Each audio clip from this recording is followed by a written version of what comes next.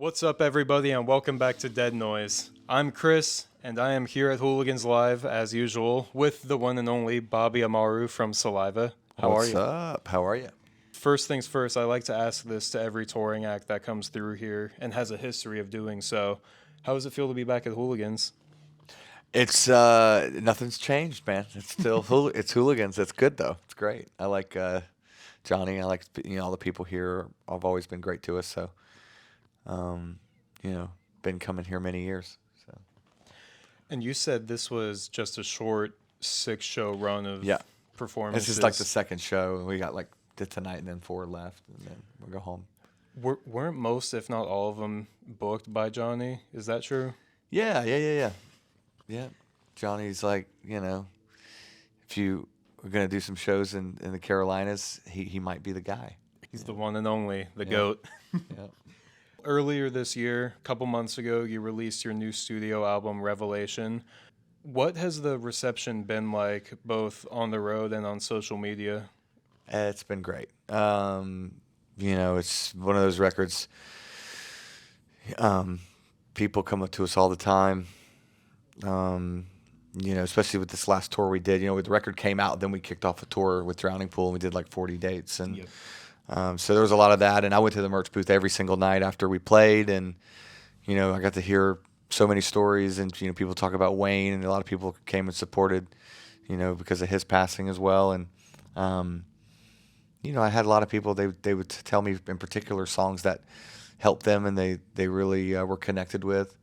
Because a lot of the record lyrically is about my you battle with sobriety and stuff and getting sober, and I think a lot of people it kind of like connected with them on that level of people that are trying to do the same or have done the same. So it's cool when music can do that, So I'd say that the reception's been beyond what I expected, So. And some of these songs have been out for a while before the album was released. Like Crows is one of my favorite songs. Yeah. What songs connect to you the most? That's probably a hard question because, you wrote them. But now that the album's out and people have heard the songs, are there any that connect to you? Every song kind of has a life of its own. I think there are songs like How to Be Human that I really like, which is more about like just the current state of the world and our nation and things like that.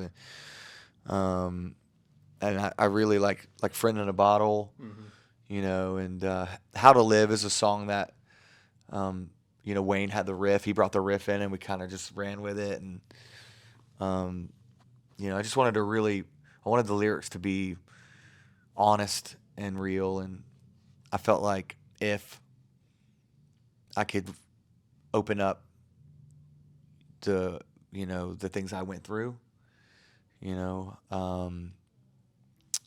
was just wanted to help someone, that would, the listener, try to take a deep dive into my world for a second. But, also a lot of the lyrics have the overcoming, being able to overcome, the addiction and things like that. And I remember Come Back Stronger was like one of the first songs that was written for the record years ago, actually, but it was one of the songs that when I got sober was one of those first songs that came out that we had, and Wayne was very particular about we need 11 more songs like that one.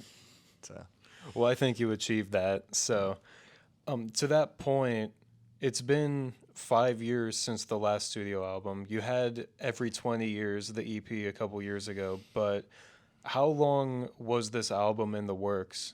Like, how long were some songs already put together? well, we started working on it very early 2020, like January, February, and the goal was to do a record in like a couple months, put it out by summer because we had tours lined up, and then COVID had kind of shut everything down in March, and so we were like, well, let's just wait and see what happens. I think everybody just had hopes that things would get better and we'd be touring by summer, and then we started to see things cancel and more things cancel, and it just kind of became, I guess we'll just write some more. And you started noticing a lot of artists and a lot of bands started to do the same thing. Like you know, people become bored, you know, and but it's also like when you think about what was happening at that time, there was a lot of, you know, things happening, people dying, and you know, people were frantic, and you know, you see like riots and all this crazy stuff. It's a lot to write about. So I think that's why a lot of artists really got inspired to, you know, obviously it's a lot of negative stuff going on, but it can inspire you to write about it. And I think for us, we were just like, there's no real rush to put out a record, I guess, and we'll just write, and we'll maybe put something out in 2021. But then we're like, that's the 20th anniversary of Every 6 Seconds. That's going to kind of defeat that. So maybe we should pause and work around the 20th anniversary, and then we'll put something out in 2022. Then that didn't happen. So it just, next thing you know, man, then we were like, oh man, we like these songs now, and we don't like these anymore. And we ended up with like 34 songs when it was all said and done. And then we just put the best, well, not really the best 12 that we thought, the 12 that we felt made the most sense with the record. And a lot of it actually really went back to the COVID time, because when those songs were written, because a lot of the songs that we did write, you know, in 22 and stuff are good songs. They're just, you can tell there's a difference. So. Yeah, and it's a very cohesive album too, and I think that is partly because of all the time that you had with it. You were able to decide which songs to put on it, which songs to leave off. Yeah, that wasn't easy. That was the hardest thing, you know. Yeah, it was the hardest. So this is a question I always like to ask when I'm talking about a specific album that's new. Where did the inspiration for the artwork come from, and the overall design of the album? So, this girl Melody Myers had done the artwork. She does a lot of art stuff for us and T-shirt designs, and she does a lot of artwork for a lot of bands. I just told her the idea that I had. Wayne actually had come up with the record title, Revelation. It kind of, you know, he had this idea of it being almost like starting over and like a, you know, he even talked about like my sobriety or whatever. He's like, you know, because when I put out a record in 2018, you got sober then, and it's 5 years. It's almost like a, you know, reborn thing. So I liked it, and I was like, okay, well then let's try to put things in there that in the record cover that would make sense. Like you have your bottle, and you know, there's like the moth and all these little key things if you look at it that indicate change, indicate like, you know, rebirth and stuff. So, and you have the bottle in the back like being blocked, so as if it's like, you know, that's like the old news for me. But well, congratulations on 5 years of sobriety. yeah, thank you. This is a topic I like to talk about with people who bring it to the public attention, because I'm straight edge. So That's great. how has sobriety affected your songwriting process and maybe your even live performance abilities? Live performance definitely has to be better, because I actually know what I'm doing. I remember what I'm doing now.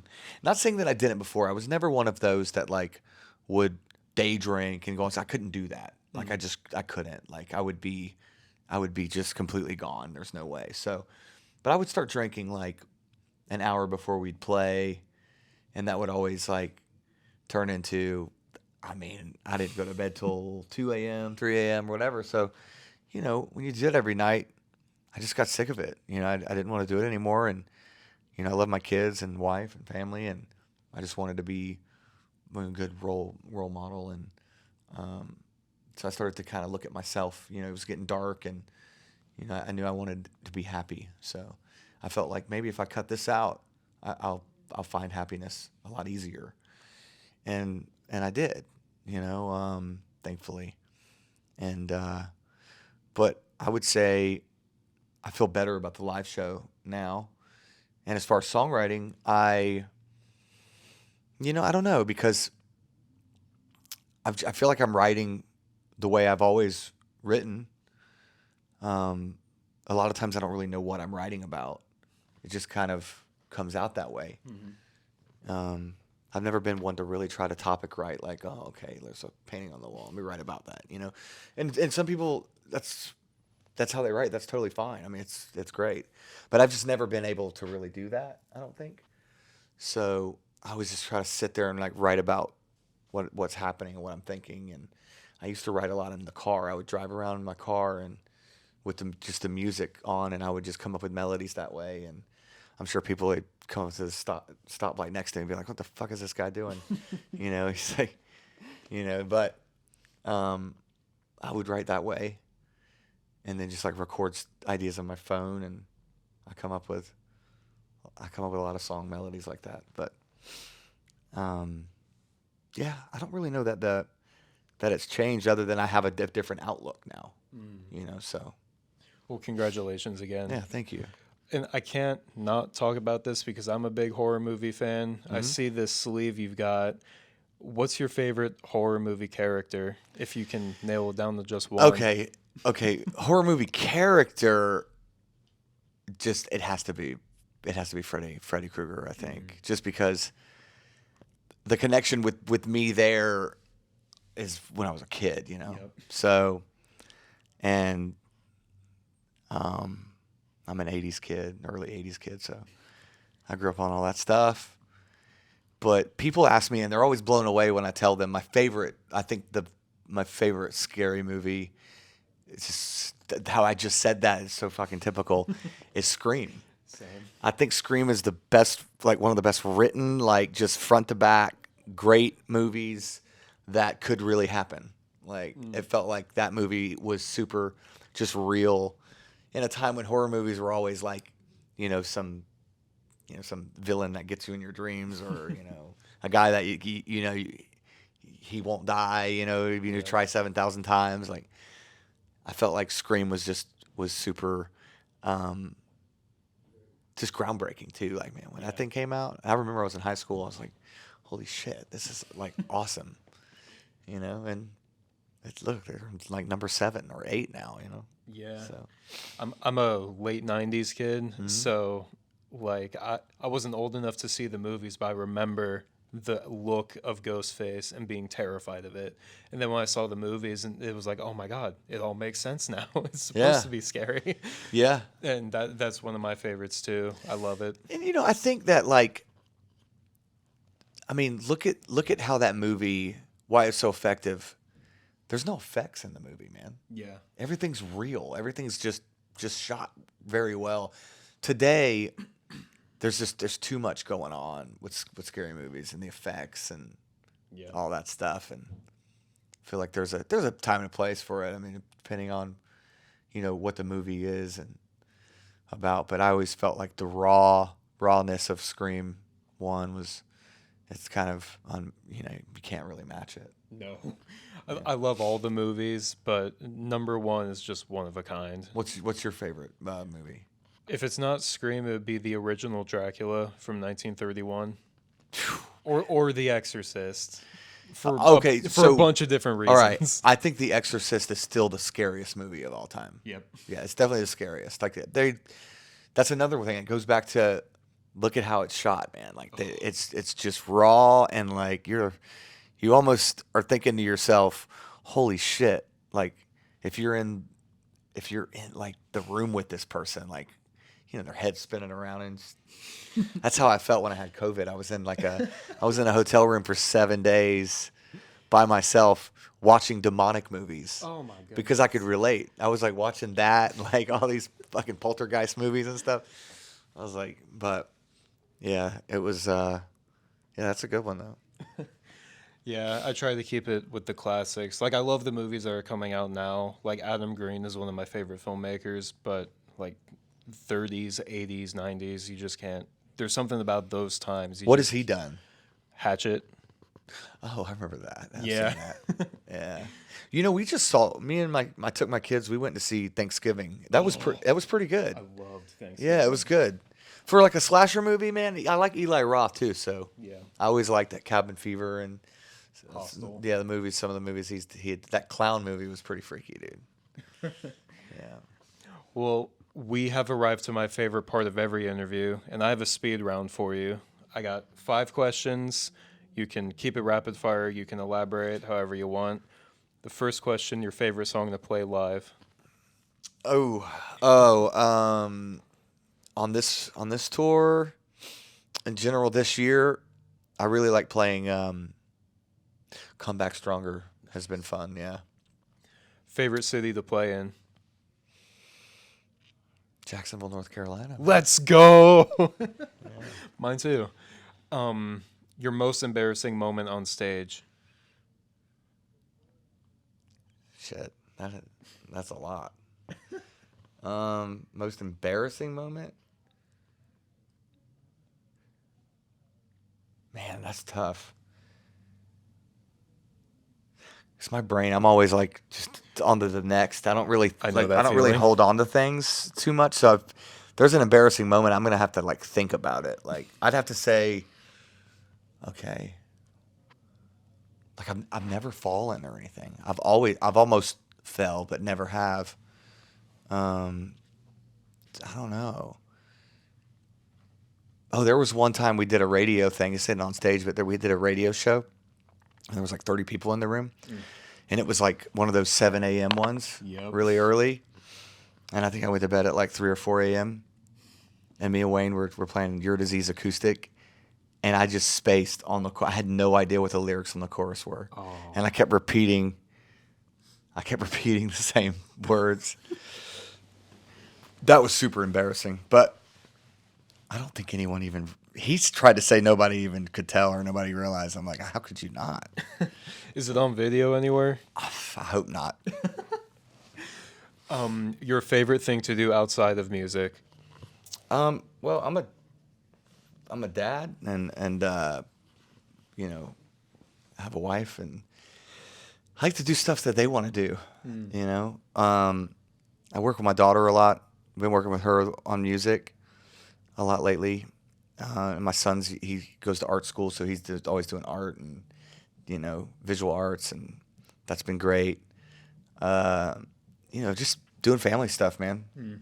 Yeah, we take trips. We do all, you know, I like doing that. That's amazing. And the last question, always my favorite one, the song you wrote that means the most to you? With this record, I would say Horizon, just because it's a song that we had early on. You know, me and Wayne really worked on it, and then we when I got the lyrics where I wanted them, it's about losing somebody, and then you like fast forward to him passing in March, and that song had just such a deeper meaning by, you know, when it was out. It's gonna be our new single, so we're about to put it out at radio, and yeah, but that song in particular, when I listen to it now, it's like, holy crap, you know? Yeah. And it was always track 12. We wanted to make it the last song on the record to where it would, like, he's soloing, like, as it fades out and stuff. It's really cool. Oh, wow. So I never thought of it like that, but now when I listen to it, I'm going to be... yeah, that means the most to me on this record, for sure. Yeah, definitely. Well, just like that, that was everything I had for you. Cool. All right. Was there any closing message to any Saliva fans watching? I love all of you, each and every one of you, and you know that. You know that. So Thank you so much for Yeah, the man. time. It's Absolutely. been a blast talking with you. And until the next interview, stay tuned, stay scared, and I'll catch you later.